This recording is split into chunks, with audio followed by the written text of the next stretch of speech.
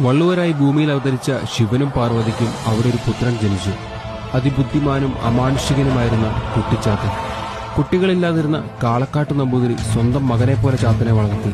നമ്പൂതിരി ഇല്ലത്തിന്റെ കീഴ്വഴക്കങ്ങൾക്കെതിരായിരുന്നു ചാത്തന്റെ രീതികൾ. അത് കാളക്കാട്ട് നമ്പൂതിരിയെയും ഗുരുവിനെയും ചൊടിപ്പിച്ചു. തന്നെ ശിക്ഷിച്ച ഗുരുവിനെ ചാത്തൻ വകവരുത്തി. അവന്റെ വളർത്തമ്മയെയും ചാത്തൻ ഉപദ്രവിച്ചു.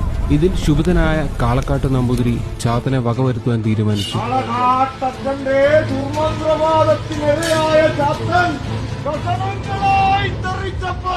21 ഹോമകുണ്ടങ്ങളിലായിട്ട് 390 കഷ്ണങ്ങളാക്കി മുറിച്ചിട്ട ചാത്തൻ അവിടുന്ന് വീണ്ടും പുനർജനിച്ചു പല രൂപങ്ങളിൽ.